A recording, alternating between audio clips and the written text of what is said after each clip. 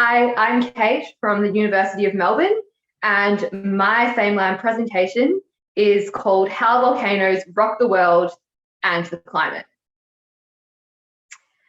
Our whole Earth was in a pretty normal state. Then 140 years ago, a volcano exploded. Wait! Let me tell you about one of the wildest eruptions in human history. Krakatoa was an Indonesian island snoozing peacefully.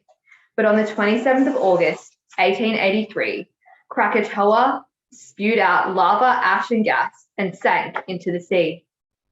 The eruption rocked the climate and the earth. The explosion was heard as far as Perth. Skies burning red, a tsunami left thousands dead. Billowing clouds of gas blocked out sunlight and cooled temperatures so day resembled night. But amongst all the wreckage glinted a researcher's treasure trove, paintings, news articles, and weather reports from all across the globe. We know volcanoes change the climate on a global scale, but here in Australia, it's not such a clear tale. Since the Southern Hemisphere is made of mostly sea, there's a lack of climate data and studies often disagree. To make it even harder so the outlook seems quite bleak, there aren't many large eruptions, plus each one is unique. Climate models that simulate eruptions can help scientists make deductions. But if the models don't match the observations, they just create even more obfuscation. My project compares 43 climate simulations with new historical data sets and weather observations, so I can assess the pros and cons of different climate sources, which will help other scientists create better predictions and resources. It will improve our understanding of how mighty volcanic blasts rock the Earth's climate in the future and the past.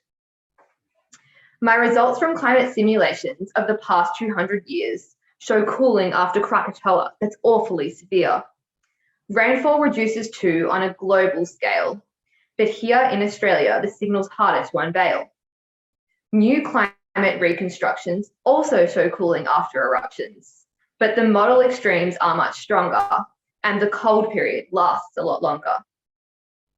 You might have heard of El Niño and La Niña that bring us droughts and flooding rain. Lately, searing heat and bushfires have added to the pain. But wait, can eruptions transform El Niño and thus cause Australia more fires and floods and woe? Deciphering how eruptions change El Niño is another path I need to follow. The final puzzle piece is dissecting historical observations, daily temperature extremes, and old newspaper communications, so I can really hone in and decode what happened in Australia when Krakatoa exploded. In short, I'm looking at models, simulations, reconstructions, and observations, coding climate history, unraveling the mystery that all started with a big bang.